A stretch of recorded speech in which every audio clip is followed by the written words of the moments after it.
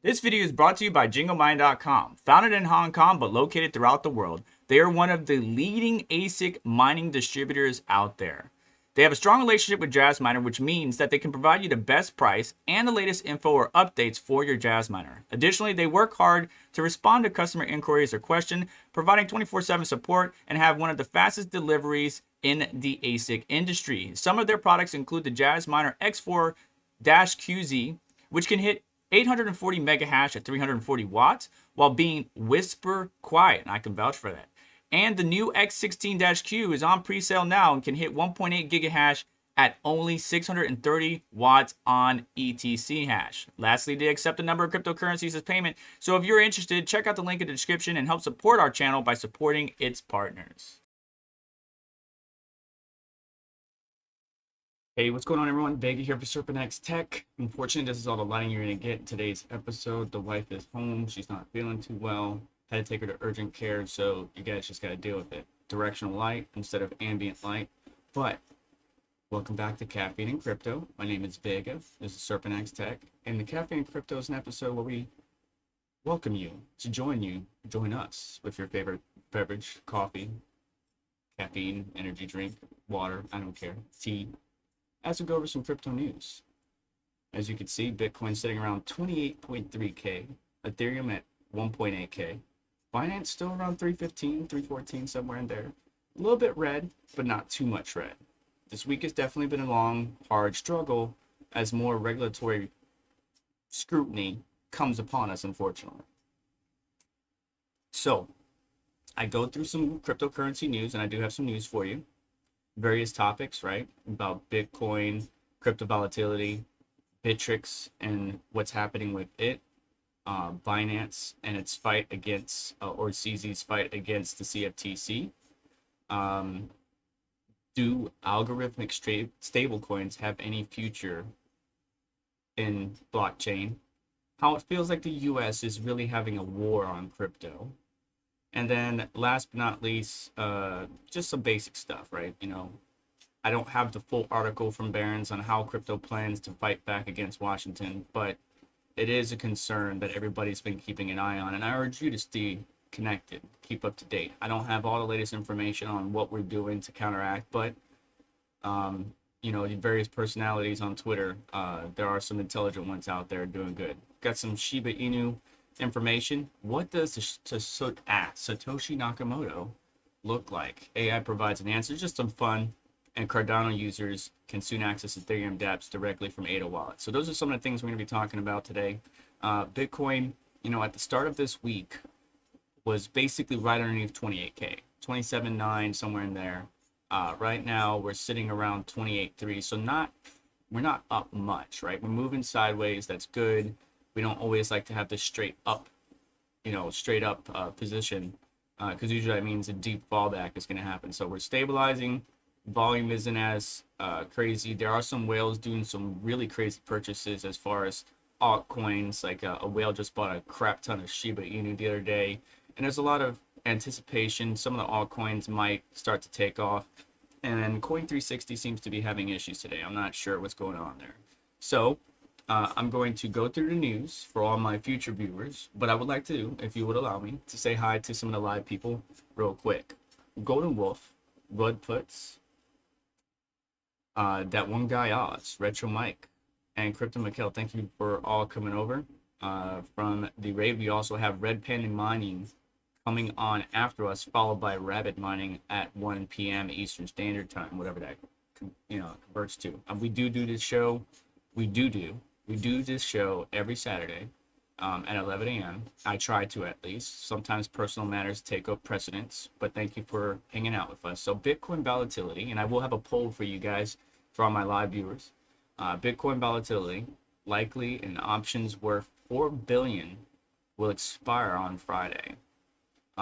Something not too crazy. You know, I just like to keep my eye on it. All right. So at press time, the quarterly expiry on the dominant crypto options exchange Deribit comprise 81,000 call options worth 2.24 billion and 60,000 put options worth 1.73 billion, according to the data for Amber Data.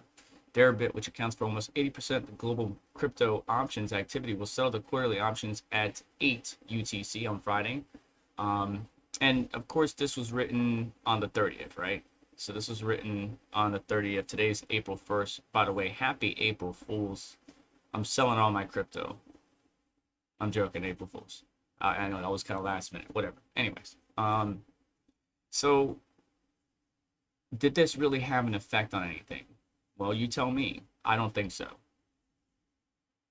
So really is irrelevant, right? Yeah.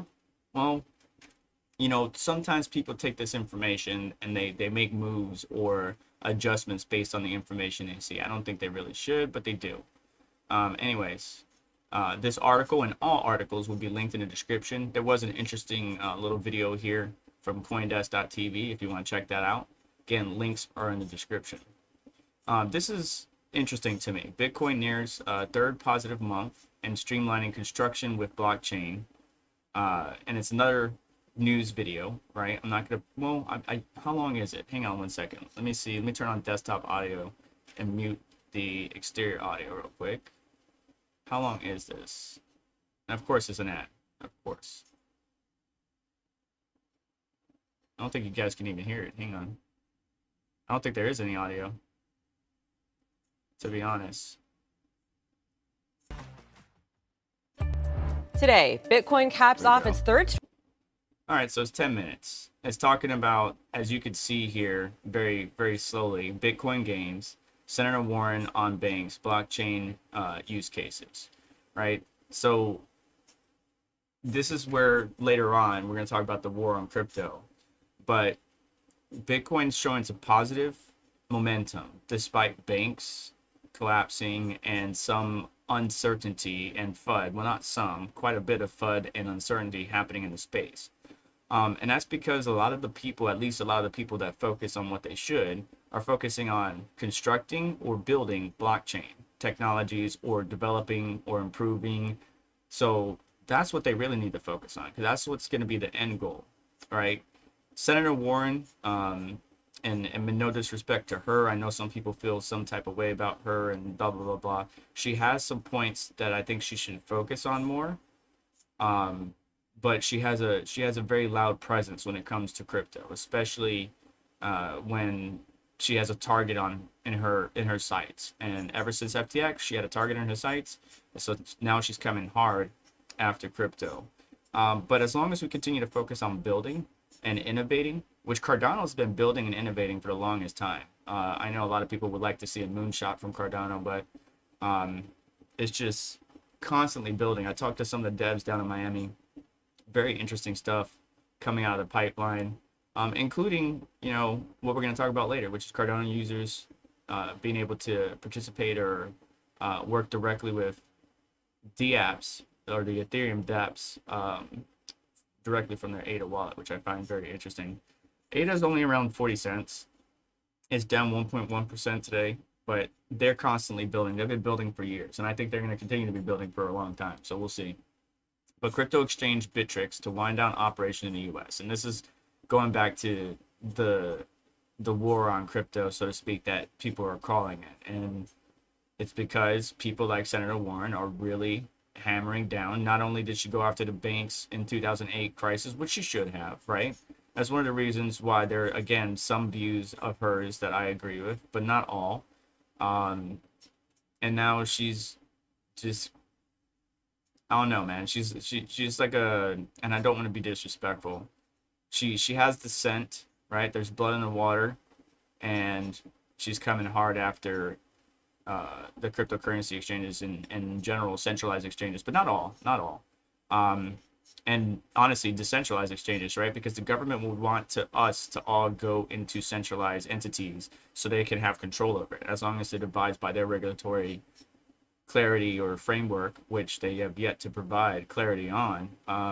You know, they would much prefer the on and off ramps go through them, so they can see who has what is doing what. You know, nobody's invaded sanctions or sending money to terrorists or this, that, the other, or whatever, than through decentralized means. But I think there's a place for both, and the U.S. needs to not clamped down so hard that people moved to other places. So I got an email, just like many of you, if you use Bittrex, because I used Bittrex for like Zcash, Z Classic, a number of other cryptocurrencies. And live chat, if you are trying to get my attention, please at me or send a super chat. But I'm just going to keep on rocking through some of the news stories, and then we're going to do a poll later. But crypto exchange Bittrex to wind down operations in the U.S. The exchange shared that all customers' funds were saved, but advised the U.S. customers to withdraw their funds by April 30th, 2023. So you have basically a month. And, you know, this news came out, and it was kind of sad. I did tweet at them, sorry to see you go, so on and so forth. Thank you for what you've done. There was a couple things that, like, I moved away from Bittrex a while ago, even though I did use their exchange earlier. And I forgot what it was. If Crypto Raquel remembers, there was something they did that kind of was shady, and I moved away from them. But of course, again, on March 3rd, Ripple CEO Brad Garlinghouse warned that the SEC regulatory approach puts the U.S. at severe risk of missing out on being an attractive hub for the next evolution of blockchain and crypto innovation, which we've all been warning about for a while. Garlinghouse suggested that crypto industry has already started moving outside the U.S. because the country's crypto regulation is behind other nations like Australia, Japan, United Kingdom, Singapore, and Switzerland, and they will move. They will move. So now Bittrex is shutting down operations for the U.S. You got to the 30th to withdraw your funds. They are permitted to trade until April 14th, 2023. And you could see a number of articles came out about it. Again, all linked in the description. As soon as I sign in, it wants more KYC. It wants me to re-verify my social and all that other good stuff. It says here, as a result of the U.S. regulatory requirements, Bittrex users need to provide some additional identifying information. Providing this information is standard in account creation for money services businesses, and Bittrex treats all identifying information with the utmost security. You must provide your information in order to continue depositing, withdrawing, and trading. So right now, if I had any funds in there, I would not be able to withdraw without doing KYC. And here's the important dates that you should take note of if you do have funds on there. So bank account setup deadline for wire transfers is April 7th. Trading deadline, so that means if you do have funds in there and you want to do a direct withdrawal to your bank account, you have to the 7th, which you basically have 6 days, right? And Yeti's hitting me up online. Hang on one second. Then the trading deadline is April 14th. And then the fiat wire withdrawal deadline is April 24th. The fiat ACH withdrawal deadline 27th. Last full day to withdraw cryptocurrency April 29th. Operations cease on April 30th. And that's just coming out of the US. And here is the email that everybody and their mom got. As you can see, after long and painful deliberation, Bill, Rami, and I have taken the decision to voluntarily cease operations in the United States, put our energy and passion for crypto into making Bittrex global success, and you can read our full statement here. So unfortunate. Bittrex wasn't the biggest exchange out there, but it's just unfortunate. Of course, there was some earn potential in this. Not a lot of coins you could earn on. You can see the warning up top, and you can see that I actually have about 0.000, a bunch of zeros, 3 of Bitcoin, not even a penny in there. But still, kind of sucks. So an exchange that I used in the early days for Zcash and Z Classic is no longer going to be with us. In order to withdraw your funds, you're going to need to do KYC if you did leave any funds on there. And you have a number of deadlines you need to hit, or you need to complete things by, or you're going to be SOL. So Bittrex shut down U.S. crypto exchange due to regulatory environment, and I don't blame them. If I were them, I would want to move to be more of a global presence. But Kraken, Paxos, Coinbase, everybody and their mom is being chased after. And that includes Binance, because Binance versus CFTC, latest court battle, could alter crypto landscape in the U.S. Right? Binance is one of the world's top exchanges. Let's just be frank. Matter of fact, let's go to CoinMarketCap while I drink some coffee real quick.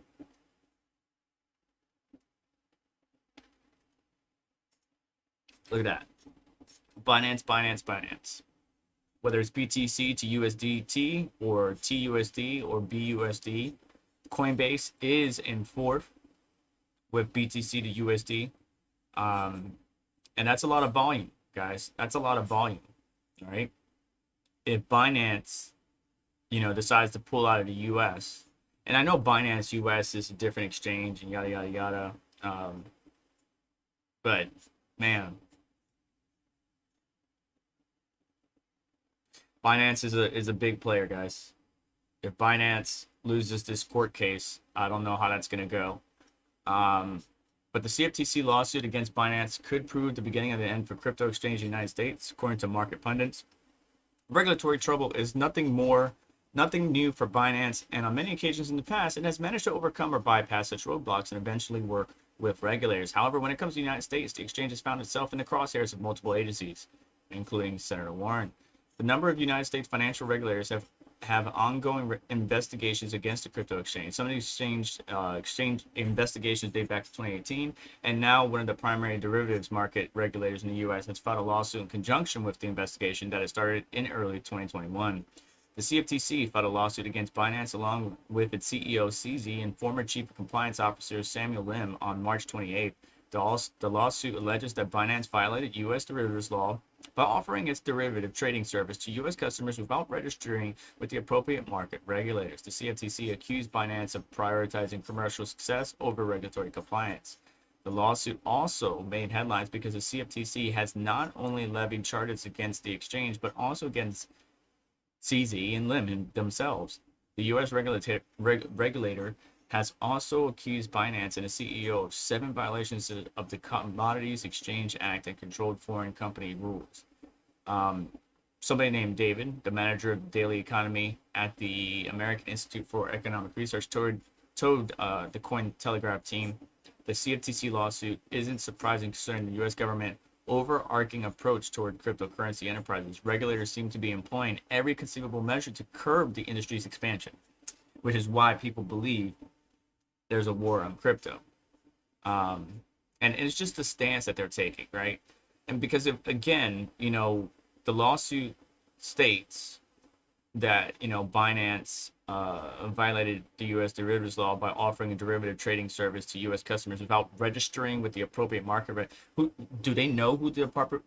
I don't know who the appropriate regulators are, but I'm assuming if I was in this space as an exchange or market maker or spot trader or derivatives or whatever, I would assume I would know who to talk to, who I need to file with and stuff. I assume, but I could be wrong.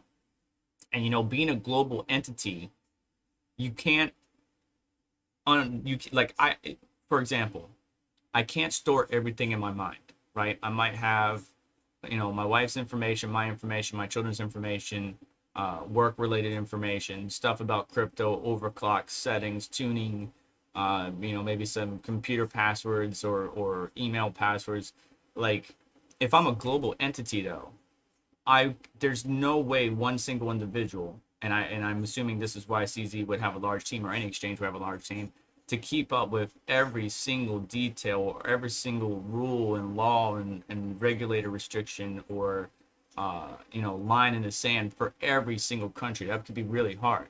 So if there's no clarity and your first action is to punish the individual rather than coach the individual, then obviously you're going to put a bad taste in that individual or company's mouth, and they're not going to want to do business in your country.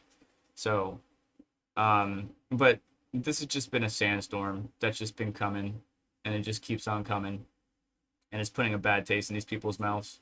So I wouldn't blame CZ, who's considering Binance US, should we keep it? So basically, significant regulatory action could prompt Binance to increasingly shift its business operations beyond the United States. Moreover, considering the Binance US sizable share of the US Bitcoin trading volume, the potential closure of the exchange American operations could lead to the decline in domestic trading volume unless traders transition to alternative platforms, which we will. We would definitely switch to alternative platforms to continue our trading, exchanging, and stuff like that. But it's just, Binance is a very, very big exchange. That could be dramatic for sure. So here's the filing. or parts of the filing that you can see. So Zhao controls Binance and operates Binance as a common enterprise. Throughout the rebel periods, Zhao has directly or indirectly owned or controlled all of the corporate entities, including Binance Holdings, Binance IE, Binance Services, and dozens of other corporate vehicles, including in Binance ecosystem that operate the Binance platform together as a common enterprise. 120 entities. Damn, they have 120 entities at the time, less certain entities. Okay. Just keep an eye on this. Because this how this pans out could really determine the future of crypto here in the States. At least the SEX.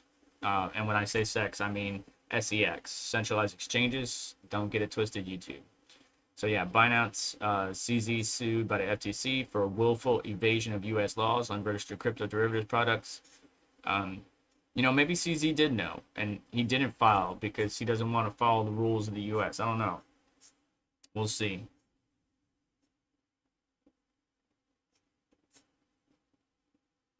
We'll see.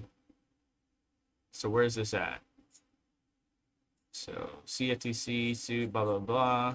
The lawsuit filed in the U.S. District Court of Northern District of Illinois on Monday alleged that Binance operated derivatives like BTC, ETC, Litecoin, USD, and BUSD. BUSD, Binance USD is one of their biggest ones.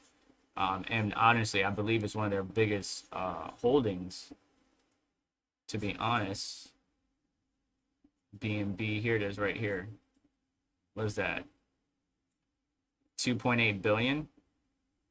2.8 billion of its wallets or holdings is BUSD, or 7.5%. That's a lot. That's a lot. So again, all these articles are in the description if you want to read some more. Just basically keep an eye on your situation here. And here's the word that I hear a lot, right? Money laundering, funding terrorism, evading sanctions, blah, blah, blah, blah. Honestly, you don't need crypto to do that. You can do that with regular fiat currency, right? I could go take a briefcase over the border if I was in the EU to Russia and pay for whatever.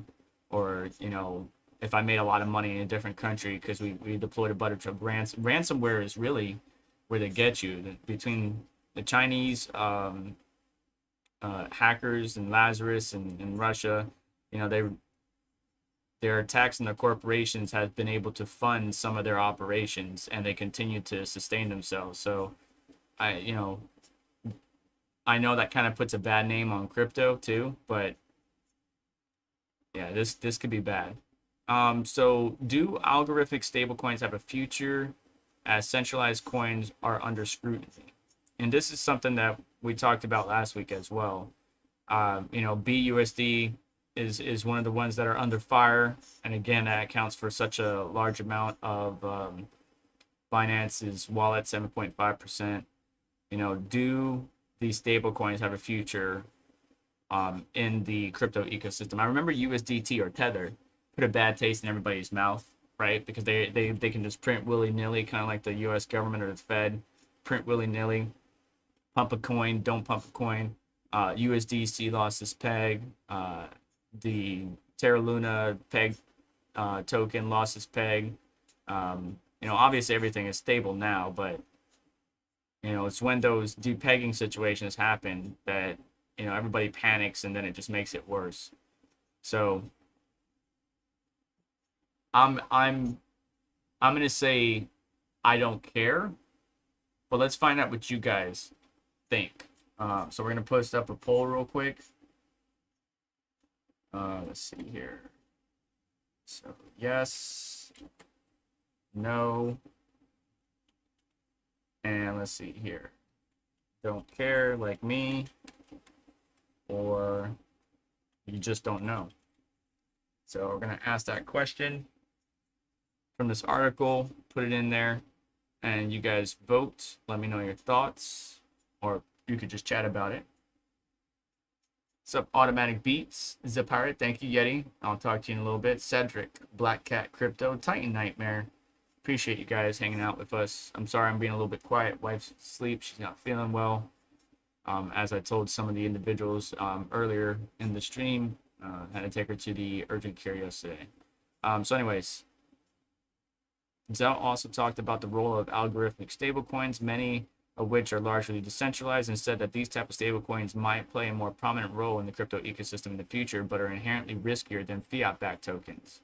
Yeah, that's true. Algorithmic stablecoins are not traditionally centralized. Instead, they use mathematical algorithms, often linked to tokenomics models rather than backed by a real-world asset like the US dollar. Most algorithmic stablecoin projects use a dual token system, a stablecoin, and a volatile asset that maintains the stablecoin's peg by maintaining the demand and supply system that keeps stablecoin value unchanged. To mint a specific value of stablecoin, an equal amount of native token or volatile token is burned. Following the regulatory action against BUSD, Binance turned to several alternative stablecoins, including a few decentralized ones, to fulfill its stablecoin-centered liquidity needs. From February 16th to the 24th, Binance minted 180 million true USD stablecoins. You can see that right here. And decentralized stablecoins have attained a pass. Yes. Popular in DeFi ecosystem with the creation of DAO by MakerDAO, DAO maintains its peg through smart contract systems governed by decentralized autonomous organizations, or DAOs. Although DAI has remained true to its decentralized value, it was caught up in a recent banking contagion that led to its depeg, along with Circle issued USDC with the Silicon Valley Bank, SVB. With algorithmic stablecoins stay true to crypto's ecosystem decentralized value, their real-life implementation has had troubled history, especially with the collapse of Terra ecosystem, which is what I mentioned earlier. Terra USDT, now called Terra Classic USD. So, you know, long article, again, linked in the description.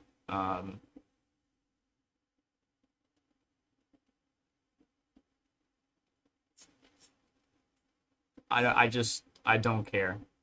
I moved some of my assets, like if I want to cash out, I moved some of it into USDC, and then I use my card at the store, or I can withdraw that to my bank or convert it to USD fiat and then take that to my bank. So I really don't care. Let's get this other poll. Go ahead and all stablecoins have no future, says Patrick Gideon. Okay. Well, that's why I'm in Bitcoin, baby. Appreciate your comment. Biden administration. This is the part of the conversation where it's just blah. So the Congressional Blockchain Caucus has a healthy mix of Democrats and Republicans among its membership, and many legislative proposals boast bipartisan sponsorship, including the Digital Assets Regulatory Framework Bill drafted by Senator Cynthia Lummis and Christian Gillibrand. Now, with the string of high-profile enforcement announcements from Securities and Exchange Commission and CFTC against crypto entities, we are at risk of losing that balance. Whether it's intended or not, crypto is becoming politicized, and it's now on a long list of topics that is divided gridlocked U.S. Congress is unable to resolve. Little good can come from this, right? So it divides the people. It divides the House, Congress. And so things can't get into motion because of that divide. The SEC and the CFTC enforcement actions and investigation warnings have been delivered like a relentless cannon barrage against giants of crypto economy like Kraken, Paxos, Binance, Coinbase, and more. They've coincided with even louder vocal attacks on the industry by influential progressives like Senator Elizabeth Warren. I don't know what influential progressives title needs to be in there, but anyways, it's being attacked by Senator Warren, who is in a re-election campaign tweet this week, proudly cited a political headline that had said she was building an anti-crypto army. She's embracing it. She's embracing the fact that she is trying to build an anti-crypto army. And that army is going to be fed by individuals who got in late, maybe last bull run, and got burned and lost all their money. Or the husband was like, hey, honey, let's take out a second mortgage and let's go into some shit coin that he probably found out 5 minutes ago and got burned. And that's unfortunate because that's not the entire ecosystem. Moving on, and with the damning White House report on the sector, too many in the industry, it feels like a war has been declared. Why exactly is unclear, other than there's perhaps a political imperative to look tough in the wake of FTX debacle, and whipping boys are always useful in politics. When you have a target or a whipping boy, it definitely helps out your campaign, right? You turn the people against that target, they back you, you get voted in. Many of us were drawn into the industry because of its potential to tackle economic costs and restrictions imposed by financial and digital gatekeepers. It was left.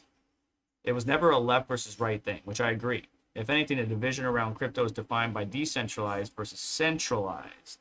And again, going back to the government would like everything to be centralized, with the on and off ramps being monitored and maintained by them or under their regulatory framework, because they'll have control of the in and outs, right?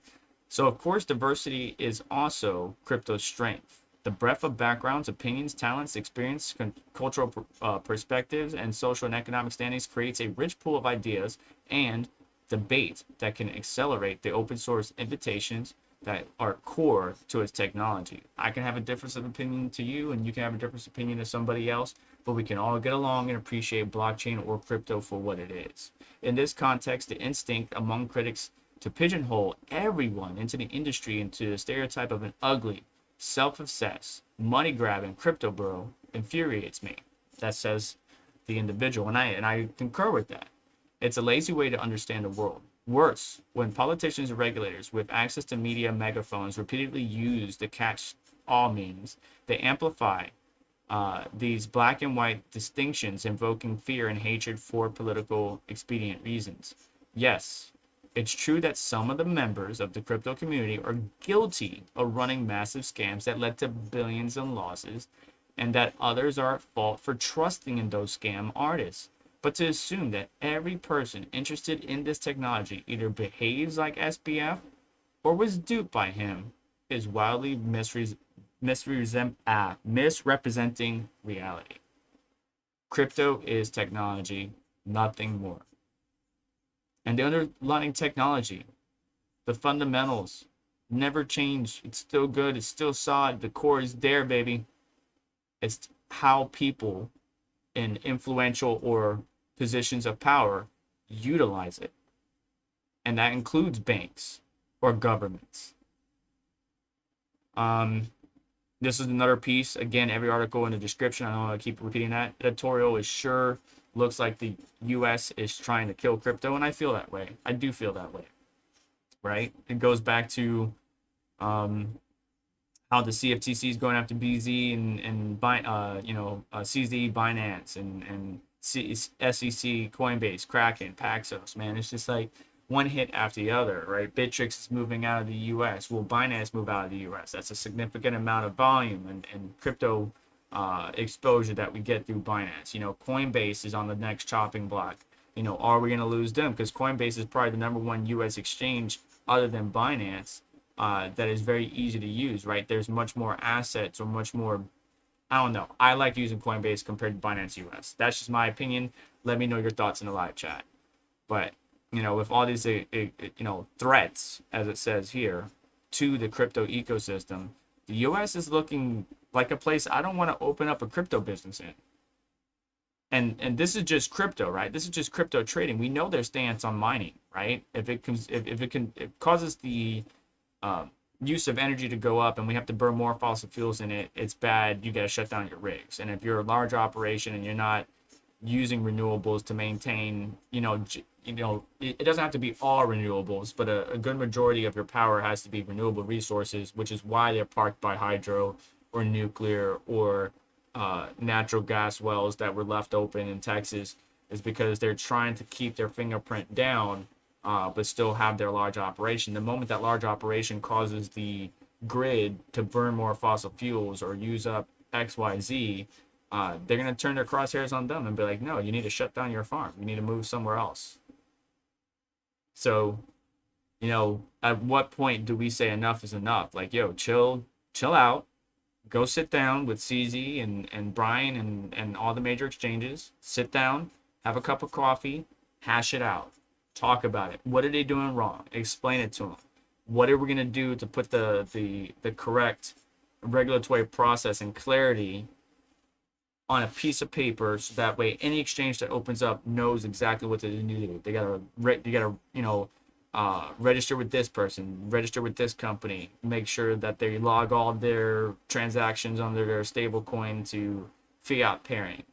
They got to do KYC. They got to do this, blah, blah, blah. And slowly but surely things have been coming, right? Throughout the industry that I've been in, it's been progressively getting better as far as, or not getting better, but, there wasn't KYC back in the day. Now there is KYC. There wasn't identifiable markers for everybody or every user, but now there is. Not all exchanges do it, centralized and decentralized, but most of them do. So, once they started coming out like, hey, you got to be able to prove who this address is and whose account is it tied to, if you want to operate in our country, they started doing it. But you got to keep coaching them. This is a learning process for new technology, and not everybody's going to get it right the first time. So rather than hit them with fines for millions or maybe billions of dollars, how about you teach them and save that money, and maybe they can put that money towards charity or other use cases, help people get jobs. That's another thing too, right? If we think about it, and Bittrex is moving out of the U.S., that's jobs. It may have not been a lot of jobs, but that's jobs in the U.S. that people are losing. If Binance U.S. moves, that's jobs in the U.S. that people are losing. If Coinbase goes away, that's jobs. And they already, like a lot of these companies already laid off a lot of people. So we're gonna lose more jobs. Like you're, and then why would I want to go get a degree or a certification in blockchain if the industry that I want to go into is dying because you're regulating it into the ground? So that has an impact, an economic impact on the people and the industry. And right now, I keep saying this, the U.S. needs to get this right. Otherwise, we're going to lose our super power status to China. Is absolutely true. And right now, it doesn't look as great as I want it to, but I do believe I still have a optimistic outlook in the future, not only for crypto, but for us here in the U.S. The world doesn't have to do what the U.S. does, but it is a leader and people tend to follow. Right now, every other country is leading in the blockchain crypto world, and the U.S. is not following. It wants to make its own rules. Well, why don't you go talk to those various countries, Australia, the U.K., whatever. Look at what they have going on. Look at what they're doing. How can we adapt that into our own, but still have like a world understanding of what a crypto exchange needs to do, what a user that's involved in crypto, a bank, whatever, needs to do. Another one that's happening is that the crypto exchange aggregator 1inch proposes diluting some insiders' voting power. A proposed government shakeup would greatly reduce the amount of voting power accumulated by core contributors, investors, and other insiders. Team members at 1inch, the Ethereum-based crypto exchange aggregator, are weighing a change to its governance system that proponents say would weaken the voting power of insiders and give broader community of token holders more sway in a community. Okay, so basically, rather than just a bunch of insiders and people like that in a community on Friday, blah, blah, blah. So they're diluting the voting power of insiders who have received their full allotment of 1inch vesting tokens, a derivative token redeemable by 1inch. Conversely, V1inch tokens that remain locked up for 2 years or longer would have 100% of their voting weight, the proposal said. This kind of gives investors disproportionately larger amounts of voting power. Okay, so the larger players have more voting power than the community as collective, and they're trying to balance it out. That's smart. 1inch government token was trading at 56 cents at press time Friday, having slid down 2% the past 24 hours. I'm not really impacted by this, but if anybody is, and you've been voting on 1inch, let me know in the chat or in the comments. I will check your questions in just a moment. Let's rock and roll. It's 11:41. Red Panda Mine is coming on soon. U.S. Futures Watchdog issues compliance rule for crypto activities among members. So apparently, I didn't even know about this, but there's something called the National Futures Association, which includes firm trading crypto futures and is imposing anti-fraud standards and supervision demands for those engaged in Bitcoin and Ether trading. I didn't even know this. NFA, National Futures Association, is setting up standards for its members for dealing with digital asset commodities. The NFA, which is also called as, what's up, Red Panda? Which is also called a self-regulatory organization, occupies the space between the federal government and the industry. It has about 100 members involved in digital assets. The organization said in a statement in a new rule, which is set to go into effect May 31st, yesterday. The NFA self-regulation of derivatives industry allows it to impose, so it can impose standards on its members under penalty of fines and other punishment, and this rule extends the power more explicitly to the crypto sector. The compliance rule, now limited to involvement with Bitcoin and Ethereum, gives the NFA the ability to discipline. So they have the ability to discipline a member or take action to protect the public if a member commits fraud or similar misconduct with respect to the spot digital asset commodities activity. So if one of the members was SBS, Sam Bankman-Fried, and they found out about the FTX fraud, they could take action, or maybe they found out that he was doing a fraud before the collapse, and they were able to take action and punish him beforehand and help save people from losing billions of dollars. So this is some group in between the actual government and the crypto industry. And if you're a member, there's certain criteria that you got to do, which I guess they're just trying to make it like it's a clubhouse. And they're just trying to make up their own rules to keep, obviously their community or their members safe. But I'm not fully invested in this yet. So it also requires its member to supervise their activity closely, and it says that members involved in spot crypto trading activity must adopt and implement appropriate supervisory policies and procedures over these activities. That's smart, because remember what's her name from Alameda said, Caroline from Alameda, they did in FTX, or Sam Bankman-Fried for FTX, they weren't paying attention. They should have paid. They say straight up they should have paid more attention. They just basically let the system go. They let the leash off and they just, hey, make me billions. That's it. No, you need to maintain. You need to watch, right? When crap hits the fan, you got to be able to move and move quick. Stop the bleeding. Stop the flow. So very interesting that there's a group out here, and it looks like the CFTC actually oversees the NFA and the wider industry, though questions remain about the extent of its authority over digital assets. Yeah.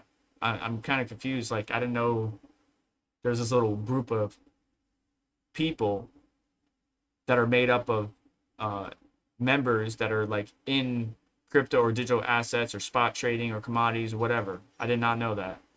But it's a self-regulatory organization that occupies a space between federal government and the industry, and it is overseen by the CFTC. Very interesting. Very interesting. This Barron's article, I'm not paying for it, but basically ever since Coinbase got its Wells notice, it talks about how crypto plans to fight back against Washington. If you guys got this account or a subscription, you can check it out. But basically, Gary Gensler was compared to the Godfather's rising mob boss. I called him the Sheriff of Nottingham, right? That's what I call Gary Gensler, but whatever. Now, what you're really here for, what you all really want, is that Shiba Inu. Price prediction as testnet PuppyNet sees huge spike in activity. And this is probably why the whale did what they did the other day, where they bought millions, if not billions, of Shiba Inu. But yeah. Let's go look and see what SHIB is at right now. This is SHIB. Let's look at Binance. It's nothing too crazy. Over the past couple of days, nothing too crazy. But testnet PuppyNet hits 1 million transactions as Shibarium launch approaches. PuppyNet, which is a testnet protocol, has seen increased activity in Shiba Inu ecosystem, gears up for the anticipated release of the Shibarium or Layer 2 solutions provider. According to the Blockchain Explorer, over 1 million transactions have been processed in an average block time of 8.3 seconds. Testnet PuppyNet was released on March 11th and processed more than 200,000 transactions in the week. The majority of transactions occurred in the previous week, with a total of over 114,000 transactions completed within the 24 hours on dates March 28th and 29th. There's a little chart. Investors are excited about the launch of Ethereum as success achieved by testnet PuppyNet, which has been running for almost 3 weeks without any glitches. Shiba Inu development team has insisted in the past that they are not bound by timelines, but by the need to ensure quality product is released to the market. Analysts believe the PuppyNet's activity could boost the value of the token in Shiba Inu ecosystem, including SHIB and Bone, as more features are added to the testnet. So yeah, can Shiba Inu hit $1? Not likely, especially when you look at what the market cap would need to be in order to hit that. But yeah, it would definitely need to eat a lot of zeros. Now here's some interesting stuff. What the Satoshi Nakamoto, we're going to get to your questions in just a moment. Thank you for the super chat, Retro Mike. Wow, $20. Hell yeah.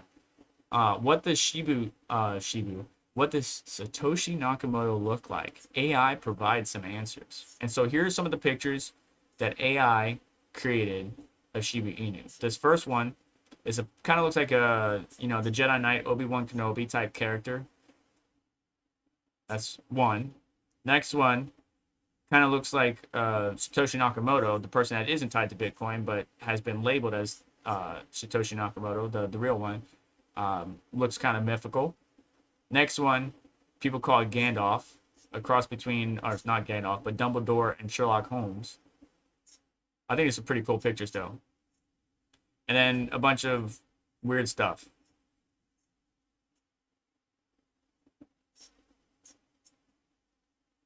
Here's a real question for you. And what's funny is Bitcoin created in 2008, and still to this day, people keep on trying to find who Satoshi Nakamoto is. I say it's an idea.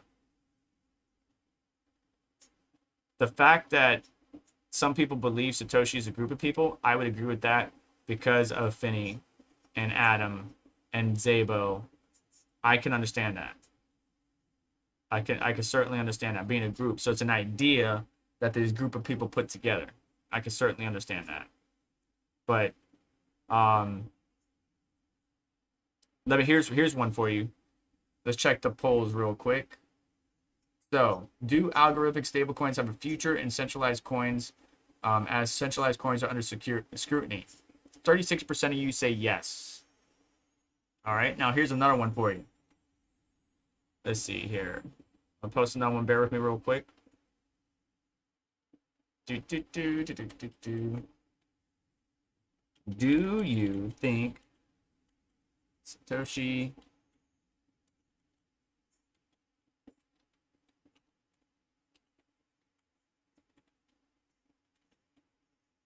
Oh, you're gonna love this. You probably not. I'm not sure. Some people get mad.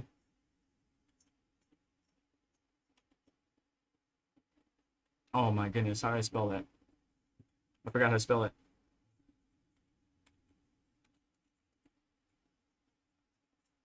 I can't believe I forgot how to spell that.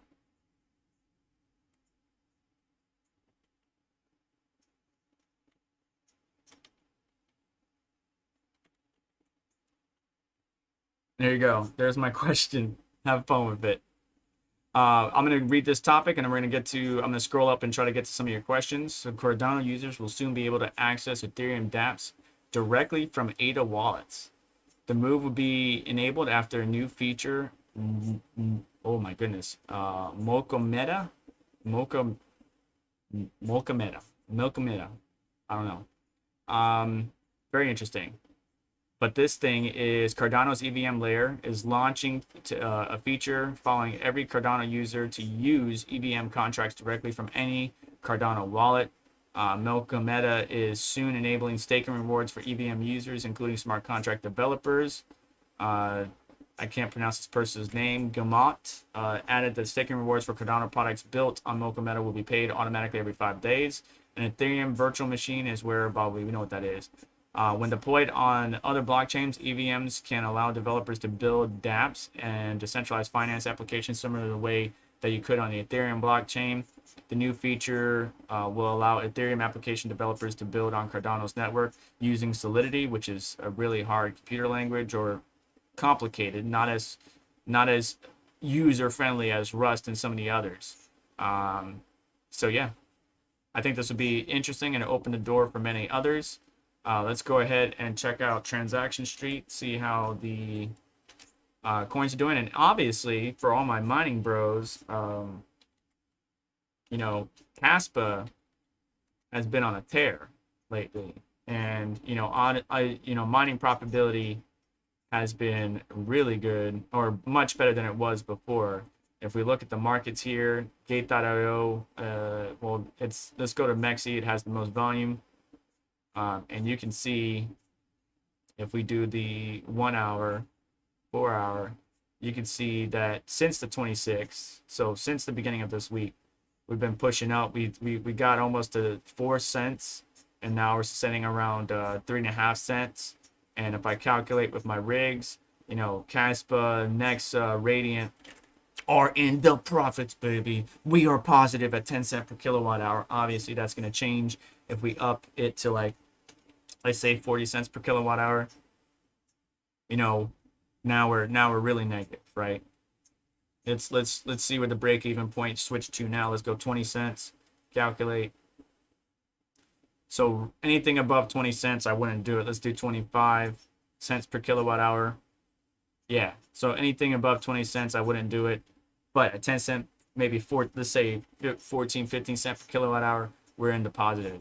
It's not the Ethereum money, and I warn people about getting too hyped, getting too happy about this recent uptick in mining profitability, because, you know, oftentimes new miners like Red Panda Mining will turn on his rigs and then start eating up the hash rate, and then we won't make as much as we used to. So just keep your expectations low. That was the whole point of the video or live stream that I did during Chump Change's stream on Thursday. Just reset your expectations, keep your expectations low, have fun, enjoy it, mine away, earn those profits in cryptocurrency. But don't read into it, because it's not the next Ethereum just yet. Maybe it would be. Maybe Caspa, Radiant, Nexa, one of these coins take over the mantle. But you want sustainable, continuous profits. And back in the day with the same setup, actually I had less cards. I was making 50 to 75 bucks a day. And that's before accounting for electricity, so more like $50 or $40 a day. Right, not much, but for a little at-home miner with a couple rigs, it's not bad at all. Right now, after electricity, I'm making less than 10 bucks a day, maybe $6 a day. So not the Ethereum money, but definitely getting better. It's good to see, and I'm happy for everybody. I'm happy you guys are happy. So let me read some questions. I know somebody said something earlier. Let me see if I can go back. What's up, Nemesis? Brian, how you doing, buddy? Can you please look at Zen Crypto? What's Zen Crypto? Which one is Zen? Zen Crypto. Let's see here. So let's take a look. Obviously, it's pumping. It's on Uniswap, Gate. Okay, so it's got a number of good exchanges. That's good to see. That's good to see. Its market cap's 22 million. Its 24-hour volume is 12 million. Okay, not bad, not bad. Let's see what exchanges or decentralized exchanges. So we got Binance Smart Chain, Polygon, and Avalanche. Okay. It's got audits through Circuit. That's good. That's good. Let's see here. News. Let's go look at news. Any news? Nope. Price estimates? Nope. More info. Okay. Top 100 holders have 57%. Okay. Active addresses in the past 24 hours, no data. Socials, let's go look at social. How are they doing on social?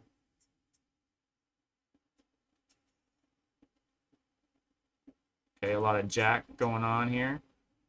Joseph, Jack. So Zen got into the top 1,000 on CoinMarketCap. A lot of Jack. I'm seeing a lot of Jack here. Is it all just one person? So, I mean, everything looks good so far, but, you know, obviously, You always got to be careful. I don't want to connect my Web3 wallet. I should be able to see information without having to connect my Web3 wallet. I don't like that. I want to see information. Let's see here. Twitter. Okay, founded in 21st Google employee. Okay, so Jack used to work for Google. Mint free Zen crypto. Okay, that usually throws me off. That usually likes to. I like how you guys ripped off the Apple Mac OS X icon. I mean, the numbers look good, but the numbers could also be inflated and fake. Not really liking the socials. Website looks like a Web3 wallet of some type, but obviously you don't want to just connect your wallet, right? You don't just want to just willy-nilly connect it. I really want to see more information, but their website, let's see here, GitHub. Okay, let's go to their GitHub, look at their commits. Let's go to Fair Crypto. Okay, we got some good activity on here. Zen Crypto, not so much. There's a couple of our, so Zen Stake, okay, they're working on that. Zen NFT.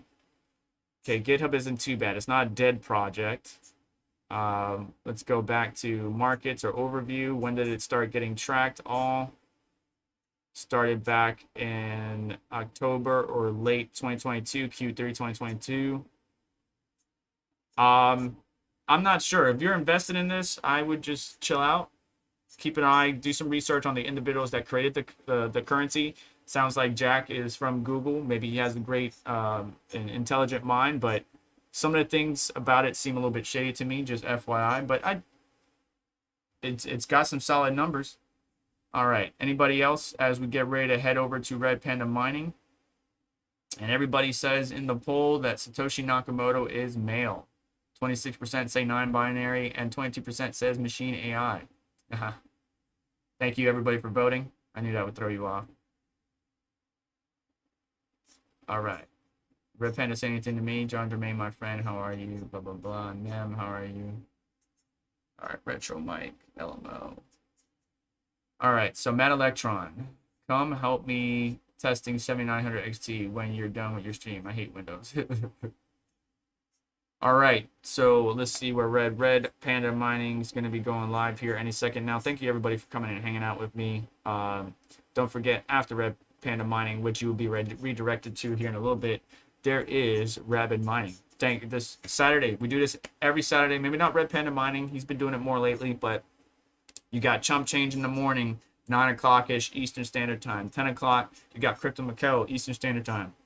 Then you got me at 11. Then you got Red Panda Mining at 12 sometimes. And then you got Rabid Mining at 1. If Red Panda Mining isn't on, perfect time to grab some lunch, get rested, then get back into the action. Join your favorite crypto YouTubers. And I appreciate you. We all appreciate you. Thank you for all your support. Your Retro Mike, thank you for $20. Really appreciate all you guys. And I continue to pump out content. Stay tuned. C1100 content dropping this upcoming week as much as possible. Been a busy week, busy schedule. My mom, obviously the wife, the kids. My oldest applied for a job and got it. So there's a lot that I'm having to juggle. So appreciate your patience, and I'll continue to do my best for you. Okay, 4070 looks like it's going to retail at $599. We'll see. We'll see. $200 cheaper than the 4070. We can see the specs right here. Only 12 gigabytes of GDDR6X, 192-bit bus, 21 gigabits per second memory speed. So basically a 4070. Basically a 4070 Ti. Maybe cut down on CUDA cores, but as far as like mining goes, these memory intensive algorithms should be basically the same thing as the 4070 Ti. As far as core intensive applications, might be a little bit different. 4060 Ti in May. That's very interesting. I was looking at a laptop the other day. I was considering getting it.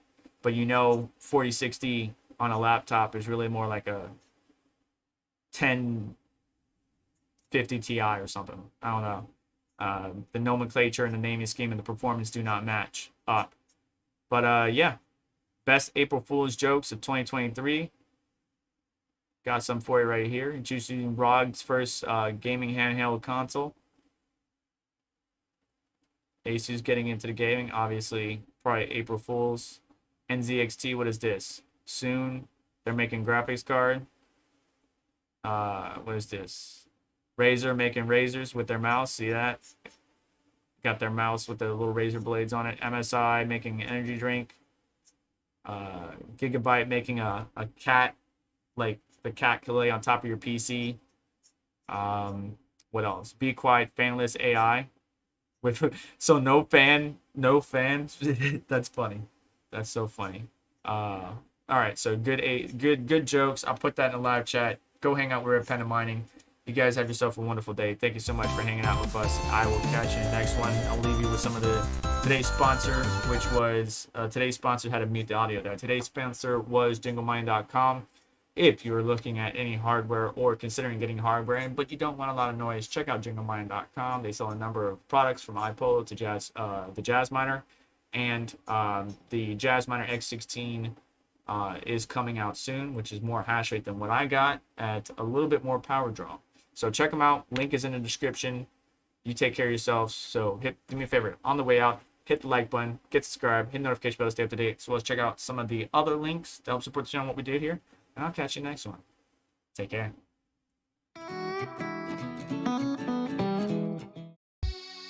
Introducing the Octominer OctoTank 12 Home Immersion Cooling System. The future of cryptocurrency mining and home heating. Quiet, cool, and efficient. The OctoTank 12 allows you to overclock your ASIC miners up to 70% to get more performance for your money. Compatible with up to 2 ASICs. Fully plug-and-play system. The immersion system ensures that your miners stay cool. Perfect for garage or basement heating. Up to 150 square meters of heating capacity. Clean and minimalist design. Fully weatherproof. Designed to last for years.